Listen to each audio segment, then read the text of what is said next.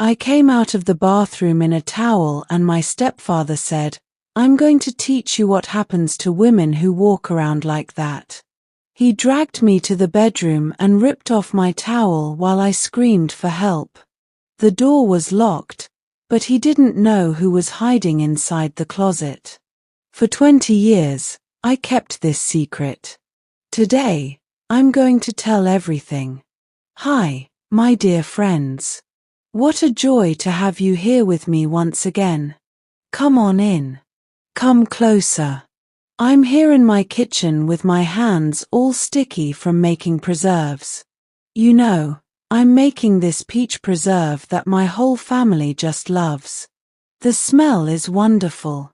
That sweet fruit cooking in the copper pot, stirring slowly so it doesn't stick to the bottom.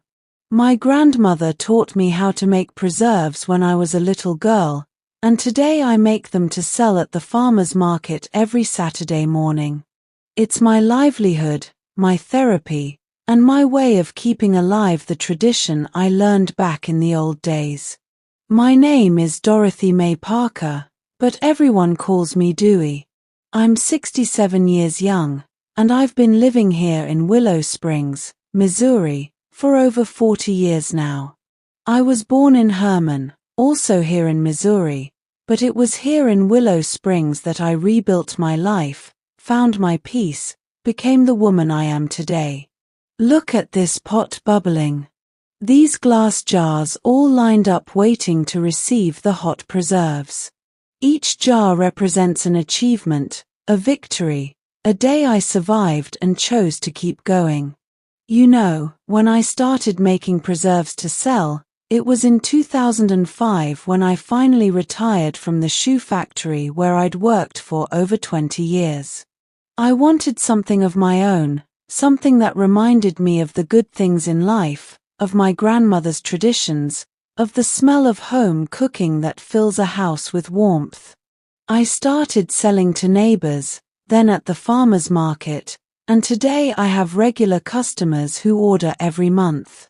Some people come from other towns to get my peach preserves, my fig preserves, my grape jelly. It's a blessing, I tell you. This kitchen here with the wood stove I still use to make the preserves. It gives a special flavor, you know, with the antique glass jars I inherited from my mother-in-law. With the embroidered dish towels my granddaughters gave me as gifts. This is my sacred corner. Here I pray. Here I think. Here I thank God for being alive and able to tell my story. Because, my dear friends, the story I'm going to tell today isn't easy. It's heavy. It's painful, but it's real. And if I'm here today stirring this preserve with a wooden spoon, it's because God had a purpose for my life. Before I continue, I want to ask a special favor from those of you watching me now. Okay. If you're enjoying this moment here with me, if the smell of these preserves is reaching you through the screen, click that little like button down there. Subscribe to Grandparents' Tales and turn on the notification bell so you don't miss any of this grandma's stories. And tell me in the comments, which town are you watching from, and what time is it there? Are you having your morning coffee? Is it your lunch break? Or is it already late afternoon, that time when we sit down to rest a bit? I love reading each comment, knowing where you're from, feeling like I'm keeping company with so many good people scattered across this great country. Tell me, will you? Let's create this chain of caring, of sharing, of welcome. Well, my dear friends, the story I'm going to tell today, it still affects me to this day. It happened a long time ago when I was a young woman, 20 years old, full of dreams, but trapped in a situation that seemed to have no way out. Today, I'm 67 with my white hair, my wrinkles that tell every story I've lived. But back then, I was just a scared girl trying to survive under the same roof as a man who should have protected me, but who became my worst nightmare. A man who had power, who had money, who owned land and thought that made him own people, too. But God, my dear friends, God always has a plan. And his plan for me included a miracle inside a closet. But I'll tell you all about that carefully, calmly from the beginning. Are you ready for this journey? Then grab your coffee, get comfortable there, and come with me into the memories of a Dorothy who was still learning to be strong. I was born in Herman, Missouri in 1958 in a humble but well-kept little wooden house near the main church. My mother, Helen Louise Müller, was a petite German woman, blonde with light eyes, who spoke English mixed with German that was just charming. She sewed for others, made clothes on commission right in our living room on that old Singer sewing machine that made a rhythmic sound that put me to sleep when I was little. The smell of new fabric, of thread, of starch. All that stayed etched in my memory as the smell of home, of comfort, of mother working while humming softly. My biological father, William Bill Henderson, died when I was only 5 years old. It was an accident at the sawmill where he worked. A log came loose and crushed him instantly. I remember little of my father, but I hold on to the image of a big man with calloused hands who would toss me in the air and catch me laughing. I remember the smell of sawdust he brought home on his clothes, the mustache that tickled when he kissed me.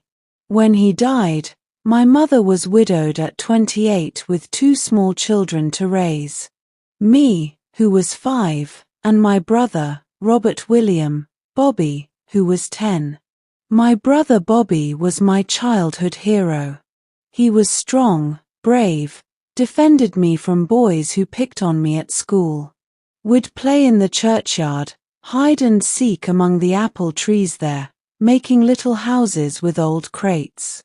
Bobby taught me to climb trees, to catch fish in the creek, to make a slingshot from a willow branch. He was one of those big brothers who takes his little sister everywhere, you know. I stuck to him like glue. We were poor, but we didn't go hungry. My mother sewed day and night, her fingers always marked by needle pricks. We ate a lot of coffee cake, that sweet bread my mother made every Sunday with cinnamon sugar crumble on top. We ate homemade jam that she made from whatever fruit appeared. In winter, she made thick stew with meat, cabbage, and potatoes that warmed our souls. The neighbors traded food among themselves. One brought sausage, another brought bread, another brought butter. It was a close-knit community of hard-working, honest people. I attended the local elementary school, walked there every day in my patched but always clean uniform. My mother insisted on this. We might be poor, but we had to be clean, neat, with dignity. I liked school, was a good student, loved to read. My teacher, Mrs. Hilda, always praised me, said I had a future. I dreamed of becoming a teacher, too, or a nurse, something that helped people. But then, when I was 8 years old in 1966, everything changed. My mother met Walter James Caldwell at Sunday church service. He had come from West Virginia and had bought a large farm property on the outskirts of Herman. He was a tall, strong, dark-haired man with a thick mustache and deep voice that commanded respect. He was a widower, too, had no children and had money, something we didn't have. He started courting my mother, brought us gifts, paid bills that were overdue, bought new clothes for me and Bobby. I remember at first I liked him. He called me princess, brought rag dolls, brought caramel candy, took us for rides in his truck, bought ice cream in the town square. My mother seemed happy again, smiled more, had even gained a little weight. I thought, good, now we'll have a father again. Mom won't have to work so hard. In 1967, when I was 9, my mother married Walter in a simple ceremony at the church. We moved to his property, a large farm called Caldwell Ranch about 12 miles outside town. The house was big brick with a porch in front and a huge backyard full of fruit trees. There was a chicken coop, pig pen, dairy cows, tobacco, fields. For me and Bobby, coming from the cramped little house in town, it seemed like paradise. But Bobby, who was older, smarter, didn't like Walter. He'd tell me quietly when we were alone, "Doy, this man is fake. He's only nice when people are watching. Keep your eye on him." I didn't really understand what my brother meant. Walter was stern sometimes, yelled at the farm hands, but with me and my mother, he was attentive. I thought Bobby was jealous. Didn't want to accept a stepfather. Over time, things slowly changed. Walter started drinking whiskey every day. Said it was a farmer's custom. He'd sit on the porch with the bottle beside him, smoking hand-rolled cigarettes, giving orders to the workers in a thunderous voice. My mother started getting quieter, more withdrawn. She didn't hum anymore while sewing. Smiles became rare. I grew up on that farm, helping my mother in the house, taking care of the chickens, picking vegetables from the garden. I played with the daughters of the farmhands who lived in houses at the back of the property, jumped rope, made dolls from corn husks. But there was something strange in the air, a tension I couldn't explain. Walter had started looking at me differently. When I passed near him, he'd follow me with his eyes. When I helped serve lunch, he'd make comments about how I was growing up, becoming a young lady. My mother would lower her head and say nothing. Bobby, who was 15 when we moved to the farm, started rebelling against Walter. They argued constantly. Walter wanted Bobby to work in the fields like the farmhands, waking up at 4 in the morning. But Bobby wanted to continue his education. Education don't fill your belly. Walter would yell, "Here, you work or you leave." The fights got worse until one night in 1972 when Bobby was 18 and I was 14. The final fight happened. Walter had drunk too much and started hitting my mother because the food was cold. Bobby got in the middle, pushed Walter, and the two went at each other. Walter grabbed the shotgun that hung on the wall and pointed it at my brother. "Get off my property now, you good for nothing, or I'll kill you." My mother threw herself in front, crying, begging. Bobby looked at me, eyes full of tears, and said, "I'm sorry, little sis. I can't protect you from here. But one day, I'll come back." And he left in the middle of the night with nothing, just the clothes on his back. I was left without my brother, without my protector. And it was from there that the real hell began to take shape in my life. After Bobby left that night in 1972, the house became heavy, silent, as if someone had died. I was 14 and felt more alone than ever. My mother cried for 3 straight days, locked in the bedroom. Walter walked around the house like a king who had just expelled an enemy from his kingdom, proud, chest puffed out. He looked at me with that corner of mouth smile that made me shiver. In the first months after Bobby's escape, Walter completely changed the way he treated me. He started giving me gifts. A new dress, a pair of shoes, a cheap necklace. But each gift came with a lingering look, with a comment that made me ashamed. "You're getting pretty, Dorothy. Every day more like a grown woman."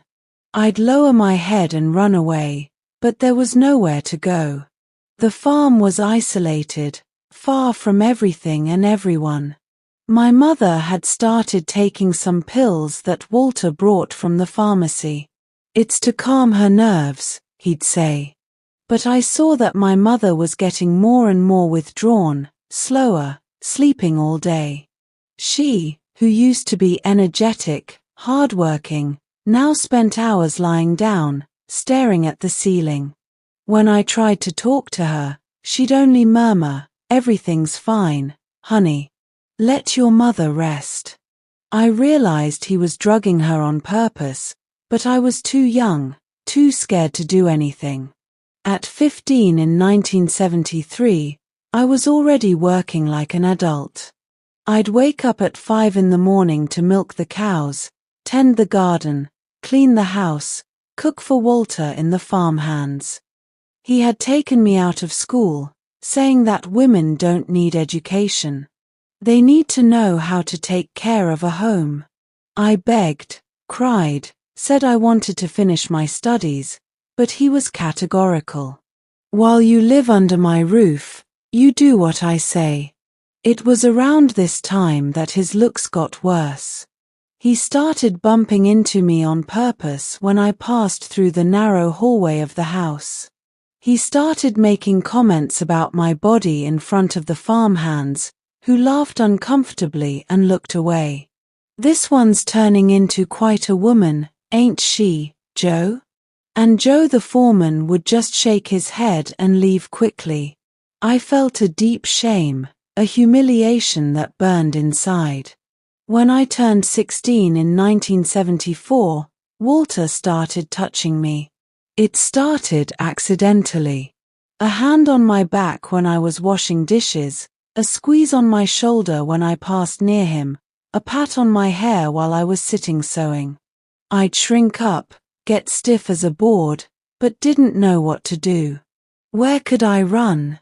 There was no one. My mother was drugged. My brother had disappeared into the world. I didn't know anyone in town, had no close relatives, had no friends. I remember one Sunday afternoon after church service. The only outing I had because Walter insisted on going to church to keep up appearances as a good man. I tried to strike up a conversation with Mrs. Amelia, an elderly lady from the community. Tried to let slip that things weren't going well at home. But as soon as I started talking, Walter appeared out of nowhere, grabbed me by the arm forcefully, and said, smiling at the lady, "Excuse me, Mrs. Amelia, but Dorothy here has a very fertile imagination, makes up such stories. Teenage girl stuff," and he dragged me to the truck. On the way back, he drove with one hand and with the other squeezed my knee hard, leaving a mark. "Don't try to talk to anyone you hear. Nobody's going to believe you. I'm a respected man here. You're nothing." I spent from 16 to 18 in emotional hell. Walter controlled me completely. He decided what clothes I wore. Always had to be covered so as not to give ideas to the farmhands, he said.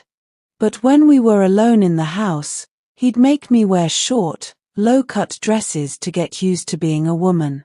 I'd die of shame, covering myself with my arms. He'd laugh in my face. He started waking me up at dawn to make coffee for him, just for the fun of seeing me scared, coming out of my room in my nightgown. He'd look me up and down while drinking his coffee, making those disgusting comments. "Got some curves hidden there, huh, Dorothy? Who you saving them for?" I'd tremble with fear, with rage, with helplessness. When I turned 18 in 1976, I had already become a shadow of myself. I didn't smile anymore, didn't talk, lived with my head down. I had tried to run away once, packed a bundle of clothes hidden, and was going to leave at dawn. But he found out. He caught me at the gate, dragged me back, locked me in my room for 3 days without food. "So, you learned that you don't leave here. You're mine. I raised you, gave you a roof, food.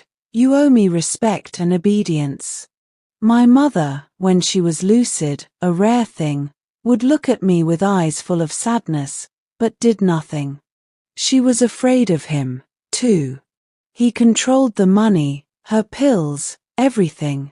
We were two prisoners in that beautiful house, on that apparently prosperous farm. At 19 in 1977, I had already lost all hope. I had given up trying to escape, given up asking for help. I just survived day after day praying to God to give me strength not to do something foolish to myself. Because there were nights, my dear friends, when I looked at the well in the backyard and thought, it would be easier to end all this. But something inside me, a tiny voice said, "Hold on, Dorothy. Hold on a little longer. Your story can't end like this." Walter had started making increasingly direct, increasingly frightening insinuations. He said I was already a grown woman, that the time had come for me to learn certain things. My heart would race when he talked like that. I knew something very bad was about to happen. I could feel it in the air, like when the sky gets heavy before a storm. And it was on a hot afternoon in March 1978, 3 months after my 20th birthday, that the storm finally broke over me. March 1978. I had just turned 20. It was a suffocatingly hot afternoon, that humid Missouri heat that sticks to your skin and gives no relief. The water pump on the farm had burned out that morning, and we were without running water. I needed to take a bath because I had spent the whole day working in the garden covered in dirt, sweaty, exhausted. Walter had set up a place in the backyard, enclosed with a top where you could take a bucket bath using water from the cistern. I waited for everyone to turn in. The farm hands had already left. My mother was lying down drugged as always. I thought I was safe. I grabbed my towel, went into that little top enclosure, and took a quick bath with the cold cistern water, soaping up hurriedly, always with that fear in my chest, that feeling that someone was watching me. When I finished, I wrapped myself in the towel and ran barefoot across the grass toward the back door of the house. But when I got to the kitchen, he was there. Walter sitting in the chair near the table with a half-empty bottle of whiskey in front of him, and that look I knew well, the look of someone who had drunk enough to lose what little shame he had left. He looked me up and down slowly, as if he were undressing my soul along with my body that was only covered by the wet towel. I tried to pass quickly, head down, but he jumped up and blocked my way. His large body filled the narrow hallway. I took a step back, clutching the towel to my chest. "Where do you think you're going, Dorothy?" His voice was slurred, dragging, dangerous. "I'm going to get dressed, Mr. Walter." "Excuse me. Excuse me." He gave a low, sinister laugh. "You're walking around the house almost naked, and you want me to excuse you? You trying to show off your body to the farm hands? Is that it? You're provoking them, you little __. No, sir. I just took a bath. I shut your mouth." He lunged forward and grabbed me by the arm with brutal force. I felt right away it would bruise. "You think I'm a fool? You think I don't see how you're swaying around calling attention to yourself? I don't do any of that. Please let me go." But he didn't let go. He pulled me violently, dragging me down the hallway. I tried to break free, but it was useless. He was strong and I was barefoot, wet, slipping on the wooden floor. I screamed for my mother, but I knew it was useless. She was knocked out in the back bedroom in her world of pills and forgetfulness. I'm going to teach you what happens to women who walk around like that. He growled near my ear, and the smell of whiskey made me nauseous. He dragged me to the master bedroom, his and my mother's room. I struggled, kicked my legs, tried to grab onto the door frame, but it was useless. He threw me inside and locked the door with the key, putting it in his pants pocket. I fell on the bed, trying to cover myself better with the towel, but he came at me and pulled the fabric violently. The towel came off and I was there trying to cover myself with my hands, with the sheet, crying, begging, please don't. For the love of God, don't. God, he laughed. God ain't here, Dorothy. It's just me, you, and the truth you always knew. You belong to me. I raised you. I supported you. Now you're going to pay me back. He started taking off his belt slowly with a crooked smile on his face. I felt the world collapse. I felt my life was going to end there in that room in the hands of that monster who had passed himself off as a protector all those years. No use screaming princess, he said. Princess with so much venom that the word hurt more than a slap. Here on the farm, nobody hears. Nobody's coming to save you. Today you become a real woman. My way. He